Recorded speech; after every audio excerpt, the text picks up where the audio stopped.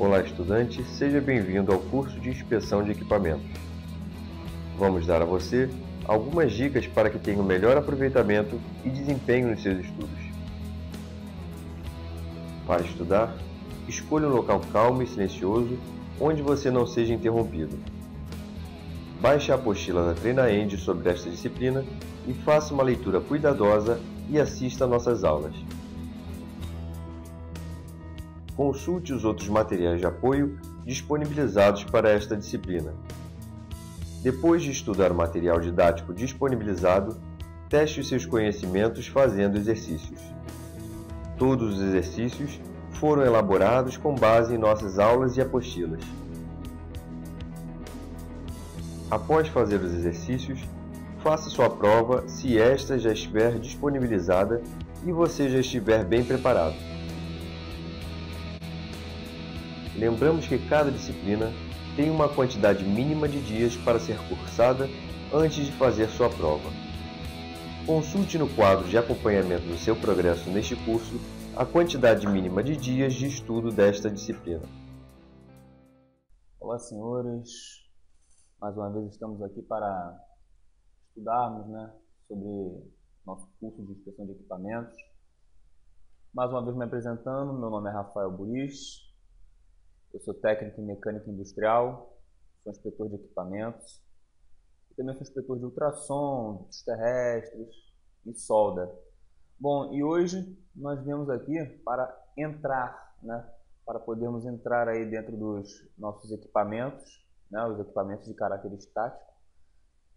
E para começar, hoje nós vamos tratar do equipamento chamado caldeira, Nosso primeiro equipamento aí que vamos tratar. Certo? De maneira que a minha metodologia de ensino, para quem ainda não sabe, é muito simples.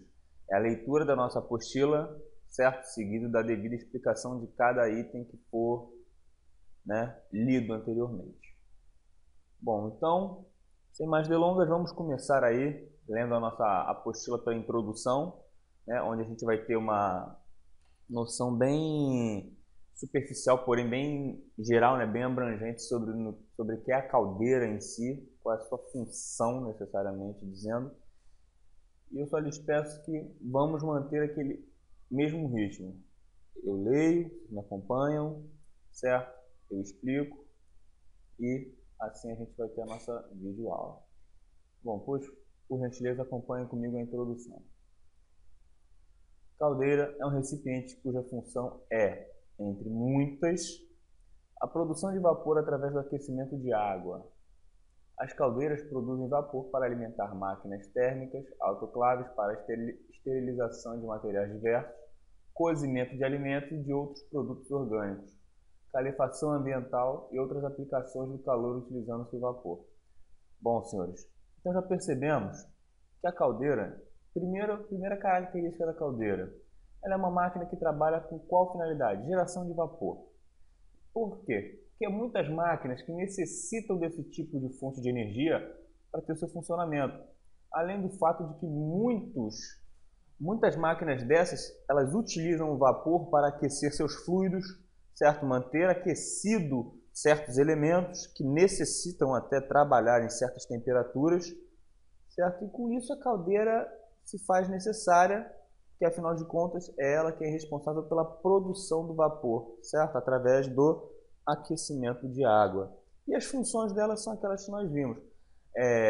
Alimentar máquinas térmicas, como eu acabei de dizer, esterilização de materiais, você tem cozimento de alimentos, entendeu? Então, vejam que uma caldeira industrial, ela também tem aplicações em todas as áreas, não só se limitando à indústria. Percebam que o cozimento de alimentos é uma coisa que, de uma certa forma, nós fazemos em nossas casas. Por conta disso, uma caldeira, por ser uma geradora de vapor, ela tem inúmeras finalidades.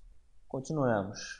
Sua aplicação tem sido ampla no meio industrial e também na geração de energia elétrica nas chamadas centrais termoelétricas. Portanto, as atividades que necessitam de vapor para o seu funcionamento, em particular vapor d'água, pela sua abundância, tem como componente essencial para a sua geração a caldeira. Esse equipamento, por operar com pressões acima da pressão atmosférica, sendo na grande parte das aplicações industriais até quase 20 vezes maior, e nas aplicações para a produção de energia elétrica de 60 a 100 vezes maior, podendo alcançar valores de até 250 vezes mais, que constitui um risco iminente na sua operação. Bom, aqui, senhores, primeira coisa que ele nos diz, tem principal aplicação no meio industrial. Óbvio, toda indústria que se presta, toda refinaria, qualquer indústria que trabalhe com material que necessite de uma certa temperatura para operar, é necessária a utilização de uma caldeira, justamente por causa da sua eficiente geração de energia térmica, né? Por exemplo, as termoelétricas, como eles disseram, um parágrafo diz anteriormente, é gerado através de quê? De vapor d'água, né? Vapor d'água que a partir de um certo ponto se converte em energia elétrica. Então, falam também nesse parágrafo sobre qual fator?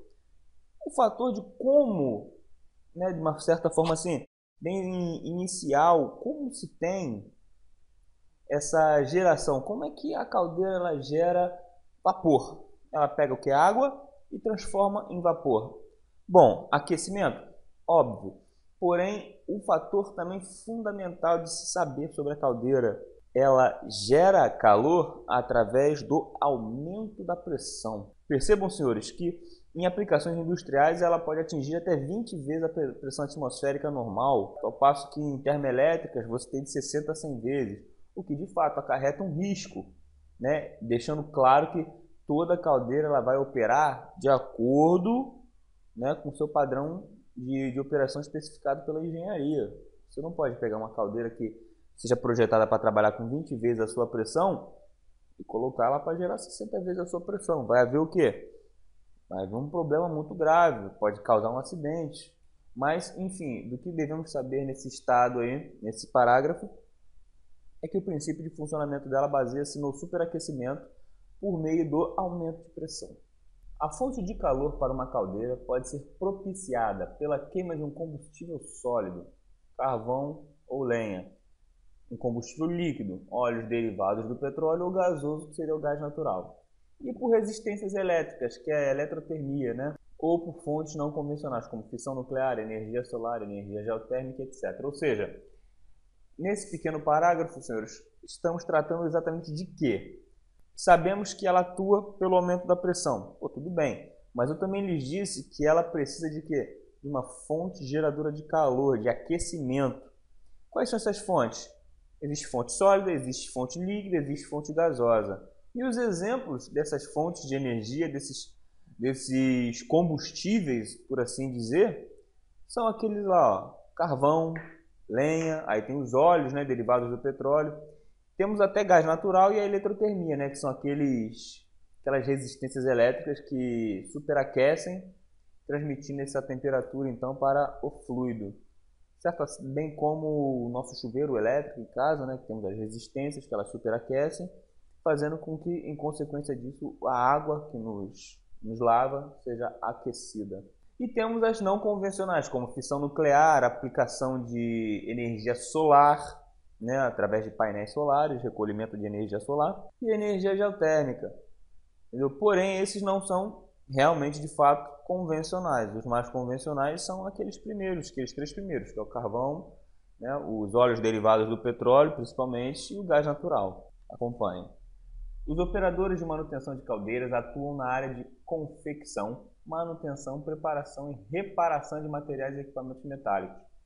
No segmento de petróleo e gás, este profissional executa e participa de tarefas de manutenção corretiva, preventiva e preditiva nas instalações e equipamentos, além de dar suporte às áreas operacionais. Bom, nesse parágrafo aqui simplesmente nos referimos ao quê? A qual é o escopo de serviço, né, do seu inspetor de equipamento, do operador daquela caldeira. Ele é óbvio que ele é responsável pela preparação, pela manutenção, afinal de contas, ele é responsável sempre pelo bom funcionamento da caldeira. Uma vez que ela trabalha com pressão, uma caldeira ela trabalha com pressão 20 vezes no mínimo maior, certo? 10 a 20 vezes maior. Então você tem que ter toda uma preparação, você tem que fazer as manutenções, sejam elas preventiva, preditiva, certo? Corretiva, se for o caso. Entendeu? Isso tudo diz respeito a quem? Ao operador da caldeira. As caldeiras representam um grande gasto de capital. Sua operação segura e eficaz é frequentemente crítica para garantir lucratividade. Portanto, é essencial o treinamento e desenvolvimento do pessoal responsável por esses equipamentos. Falhas nas práticas bem estabelecidas de funcionamento das caldeiras podem ser catastróficas. Bom, foi o que eu lhes acabei de lhes dizer. Bom, se temos um equipamento que trata com pressão, aquecimento de fluido, então temos aí, consequentemente, uma coisa que custa, tem um custo bastante elevado para se manter, certo? E sem contar na complexidade que é tratar de cada componente da caldeira. Isso exige o quê? Muita perícia da parte do operador, justamente não só por conta do alto custo, mas por conta do potencial destrutivo que uma caldeira tem se ela operar em mais condições, né, de atuação, por assim dizer. Certo? Então, esse parágrafo nos salienta, né, nos atenta, nos chama atenção para que possamos ter em mente que o operador ele tem que estar bem consciente do que ele... Saímos agora da introdução e vamos agora direto para a classificação das caldeiras. Bom, com relação aos tipos, é evidente que um equipamento desse possui, né, seus tipos, seus meios, né, de geração de vapor, bem como características individuais. Acompanhe a leitura comigo. Existem diversos tipos de caldeiras, as quais podem ser classificadas segundo diversos critérios. Segundo uma classificação mais genérica, as caldeiras se classificam em flamotubulares ou fogotubulares e aquatubulares. Para os propósitos da NR13, as caldeiras são classificadas em categoria A, B e C. Logo veremos o que diz respeito a essas categorias. Bom, a início, senhores, o que temos que saber é que flamotubular e aquatubular são caldeiras que trabalham com funcionamentos com princípios não muito semelhantes, mas devemos saber que flamotubular diz respeito a fogotubular e aquatubular diz respeito ao quê? A uma caldeira aqua, né, de água, com funcionamento à base de água. Bom, vamos começar então falando das caldeiras flamotubulares. Bom, as caldeiras de tubos de fogo ou tubos de fumaça, né, ou ainda gás tubulares, são aquelas em que os gases provenientes da combustão, ou seja, os fumos, certo? Que são gases quentes e ou gases de exaustão, atravessam a caldeira no interior dos tubos que se encontram circundados por água, cedendo calor à mesma. Gente, fácil percepção, né? Você tem aqui a estrutura interna de uma caldeira, como podemos observar aqui, e a água que vai ser aquecida, ela está exatamente circulando em toda essa zona azul que nós temos aqui no nosso desenho. E essa água tem contato direto com quem? Com essa tubulação aqui, ó, que está em amarelo. E dentro dessa tubulação existe o quê? Esses fumos que eu lhes falei, entendeu? Que estão em uma temperatura extremamente alta em relação à água. E ao que ali? Por meio do contato ao que? A transmissão, a condução, né, de energia térmica, fazendo com que a água aqueça. Pelo aquecimento da água, juntamente com o aumento da pressão, nós temos o que? A geração do vapor. Vapor esse que sai por esse tibocal aqui. Por aqui você tem a fornalha, né? Que é onde tem a queima dos combustíveis para a geração dos fumos. Por estes tubos aqui na transversal em relação à caldeira, você tem a passagem desses fumos superaquecidos e em contato direto, em pleno contato com esses tubos fervendo, né? Esses tubos estão ferventes, está a nossa água, né? O nosso líquido que, ao entrar em contato, superaquece, gerando, né, um aumento de pressão no interior da sua caldeira e fazendo com que culmine na saída de vapor. Bem como do lado de cá você tem a chaminé, que é a eliminação dos gases quentes. Ou seja, do fumo que foi gerado, você tem que eliminar ele de alguma forma. Então é eliminado pela nossa chaminé. Vamos em frente.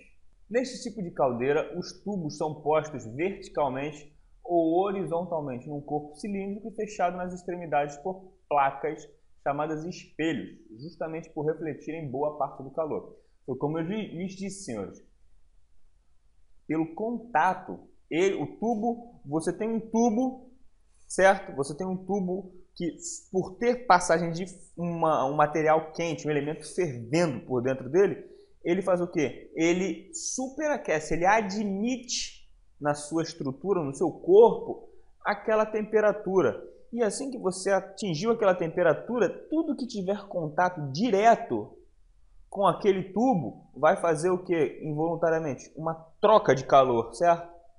Só que como aquele calor, aquele aquecimento daquele tubo, devido à rotatividade dos fumos, ele é constante, aquele tubo ele estará sempre aquecido. Em consequência disso, aquele fluido que está trocando calor com ele não tem como ser resfriado na mesma constância na qual o tubo é aquecido. Então, o que acontece?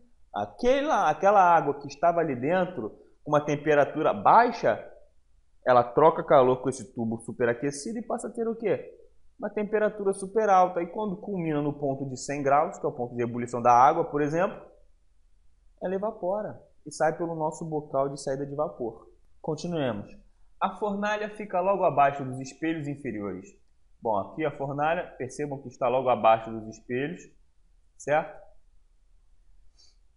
Aquecendo, e os gases gerados pela combustão passam pelos tubos, aquecendo e vaporizando a água que está em torno deles. Certo, senhores, os gases eles passam pelos tubos, mais uma vez aquecendo os tubos, e o tubo aquecido, por sua vez, aquece a água ao ponto dela se transformar em vapor. Certo?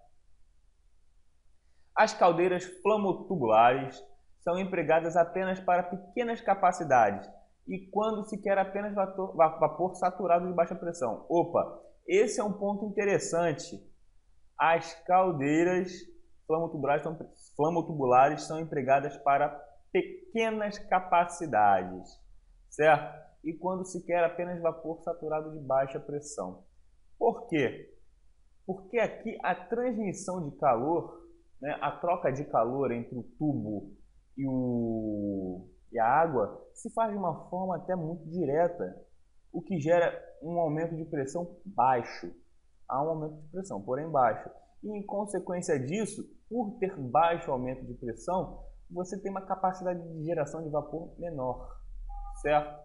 Fazendo com que seja necessário somente quando se quer um vapor saturado de baixa pressão. Bom, os tubos são montados à maneira dos feixes de permutadores de calor, com um ou mais passos dos gases quentes através do mesmo. Bom, ainda não vimos permutador.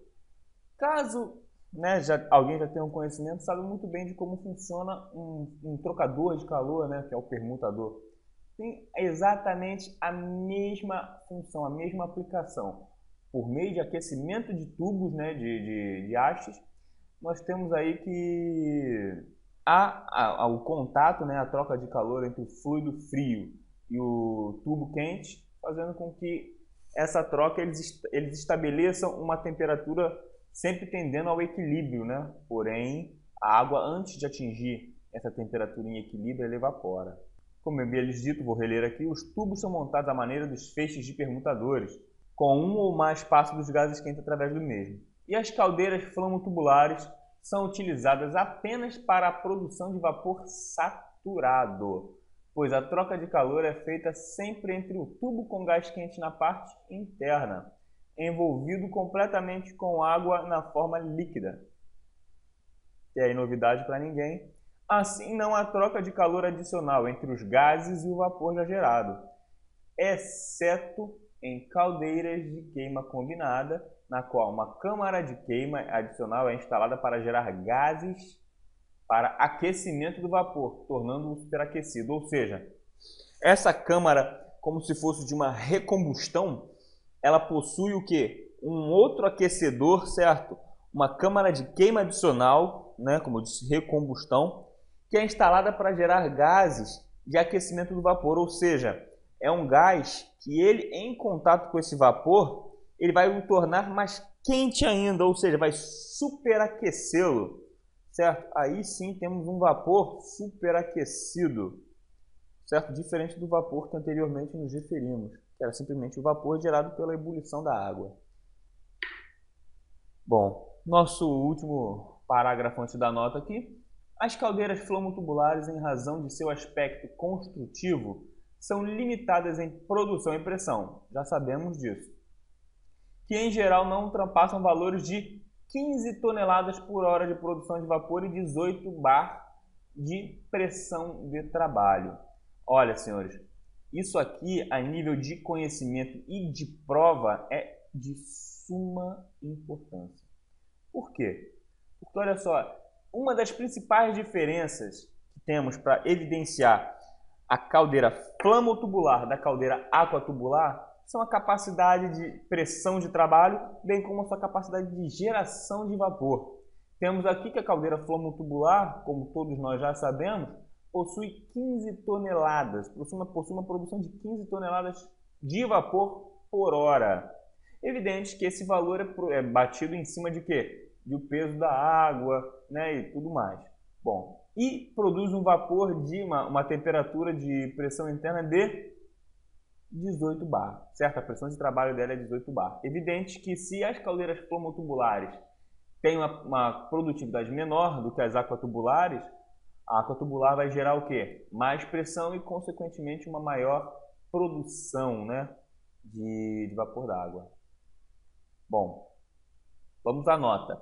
O bar é uma unidade de pressão e equivale a exatamente 100.000 pascais, mais precisamente 105 pascais, certo?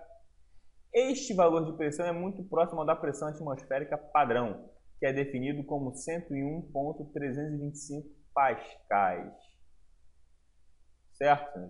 Então isso é simplesmente uma forma de a gente ter uma noção em pascal de quanto de pressão, né, nós atuamos aí com a caldeira flamotubular. Afinal de contas, nem toda operação trabalha com um sistema barra de pressão, né, com essa grandeza. Geralmente as pessoas trabalham com pascal, megapascal, quilopascal, certo?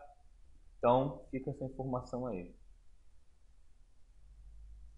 Bom, vamos às partes, né? Essas caldeiras são formadas por corpo, espelhos, feixe tubular ou tubos de fogo e caixa de fumaça. Então vamos retornar aqui ao desenho da nossa caldeira flamotubular para indicar aos senhores parte por parte os componentes. Bom, temos aqui o corpo da caldeira, que diz respeito a toda a estrutura, né, todos os componentes estruturais da nossa caldeira, certo? Segundo item aqui, vamos por ordem. Temos os espelhos, certo? Os espelhos que são exatamente essas saídas que tem aqui, certo? Da nossa caldeira aqui, ó.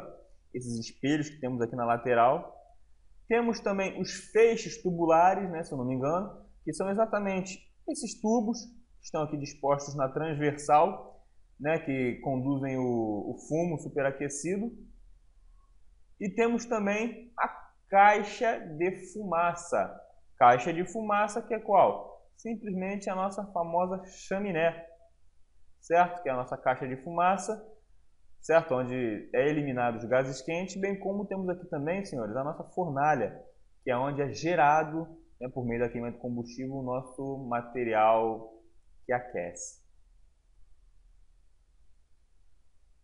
Bom, vamos ler. O corpo é construído a partir de chapas de aço carbono calandradas e soldadas, e o diâmetro varia de acordo com a capacidade de produção de vapor. Normal, certo, senhores?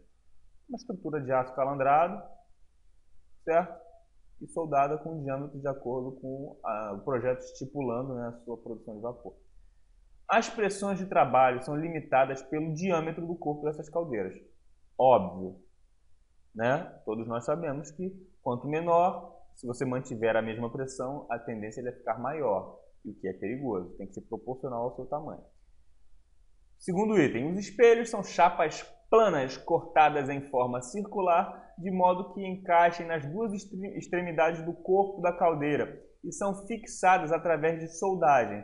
Sofrem um processo de furação, por onde os tubos de fumaça deverão passar. Ou seja, é bem aquela região, senhores, onde eu lhes disse que os tubos eles passavam por esses espelhos, certo? São responsáveis, de uma certa forma, pela reflexão da energia térmica gerada, né? Bom, o terceiro casco é o feixe tubular, que é composto de tubos que são responsáveis pela absorção do calor contido nos gases de exaustão usados para o aquecimento de água. Simples, são aqueles tubinhos, né, transversais que recebem ali, né, a passagem do fumo fervendo, a estrutura metálica, né, de aço, ela absorve aquela temperatura. Há uma troca de calor entre o furo e o feixe tubular, é até dispensável nós dizermos isso, que é óbvio. E ao haver essa troca de calor, né, entre o fumo e o tubo superaquece, o fumo segue seu fluxo até a chaminé e esse tubo superaquecido, por sua vez, aquece a água. Certo? É assim que funciona. Bom, vamos falar aqui agora brevemente sobre a caldeira flamotubular de tubos verticais. Nesse tipo de caldeira, a fornalha fica logo abaixo dos espelhos inferiores. Os gases gerados pela combustão sobem através de tubos, aquecendo e vaporizando a água que está em torno deles. Até aí, senhores, nada de diferente, a não ser o quê? Que a fornalha fica logo abaixo dos espelhos inferiores. E aí, temos aqui no nosso primeiro exemplo que a fornalha ficava lateralmente e essa fica abaixo. Não, fora isso, o princípio de funcionamento é o mesmo. As fornalhas são utilizadas principalmente no aproveitamento da queima de combustíveis, tais como palha, serragem, cascas de café ou amendoim, óleos, etc. São mais alguns dos combustíveis sólidos, né, que temos a oportunidade de utilizar. Sólidos e líquidos, como os óleos aqui, né? Aqui temos um desenho de uma caldeira flamotubular vertical, ó, a foto de uma representação dela. Evidente que a nossa fornalha se tem nessa região, ou seja, abaixo do espelho inferior. E temos aqui o esquema dela de uma certa forma, um corte, né, para podermos ver o interior. Caldeira vertical. Na região inferior temos a fornalha, certo? Nessa região aqui temos o espelho inferior. Aqui nós temos os nossos tubos de fumaça, né, por onde passa uma fumaça superaquecida. Temos a chaminé aqui logo acima, que é onde o nosso fumo é eliminado, certo? Que só, diga-se de passagem, tem um damper, né, que serve para controle, para você não eliminar o seu fumo antes do tempo, né, antes de que haja a troca de calor. Há sempre uma quantidade necessária de pressão gerada por este fumo para que o damper se abra, para que ele possa sair. E aqui nós temos a saída de vapor d'água. O vapor d'água esse que foi gerado pelo aquecimento, pela troca de calor, certo? Essa é a caldeira vertical.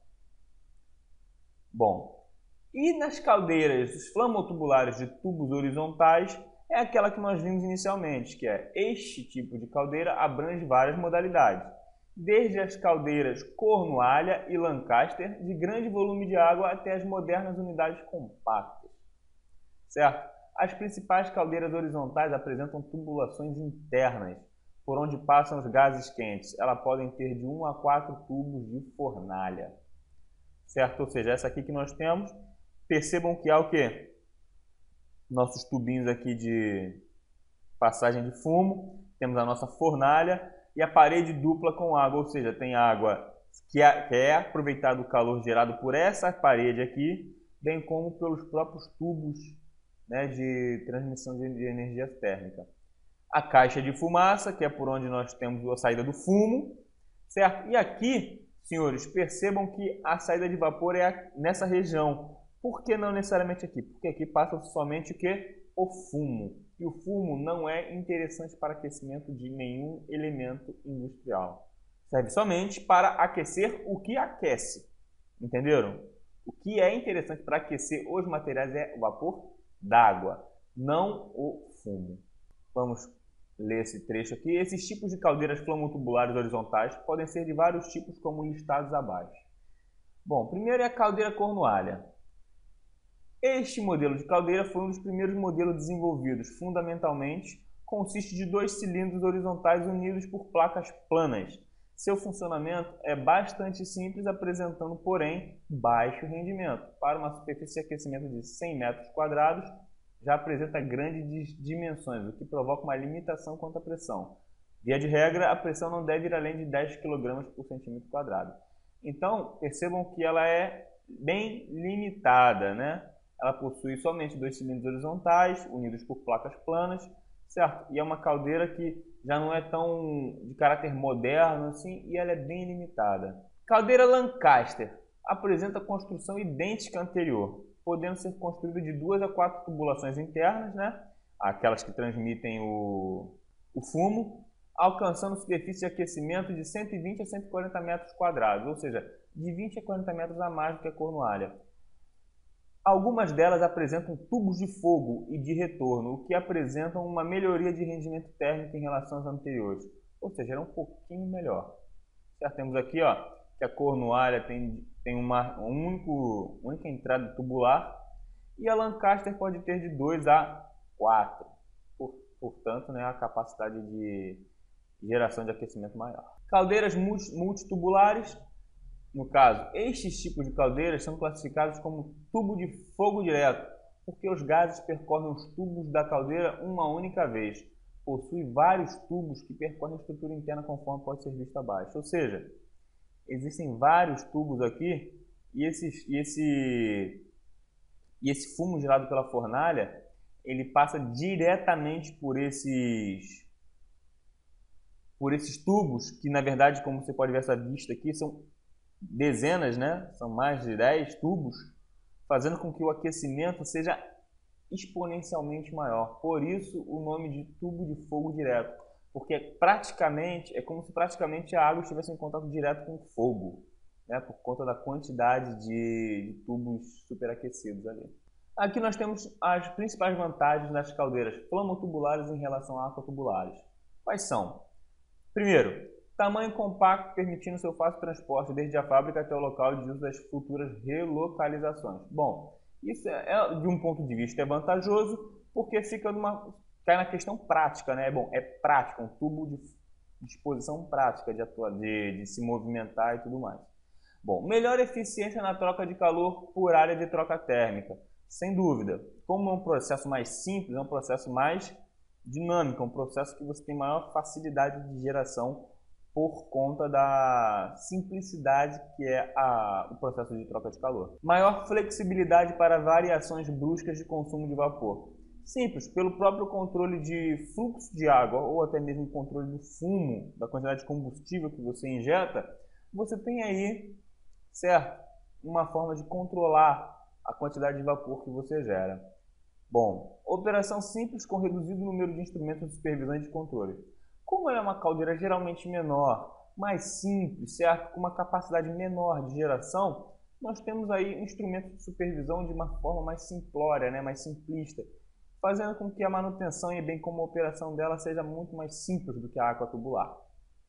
E o último é baixo custo de manutenção, as quais se limitam às etapas de limpeza e troca de tubos, ou seja, até mesmo, como eu disse anteriormente, para você fazer a manutenção é mais barata justamente por conta da não complexibilidade dessa caldeira, do funcionamento dessa caldeira, certo? O princípio que nós já explicamos é bem aquilo ali mesmo e é fácil fazer a manutenção, tem custo muito menor do que da água tubular. E como desvantagens, possui limitada capacidade de geração, justamente por aquilo que era benefício de ser pequena, de ter um processo de geração de vapor simples, e só produz vapor saturado. Ou seja, aquele vapor ali para ser produzido, ele tem que saturar ali dentro. A água tem que superaquecer, aquele vapor tem que ser aquecido de uma forma que ele se eleve para que atinja a saída de vapor, certo?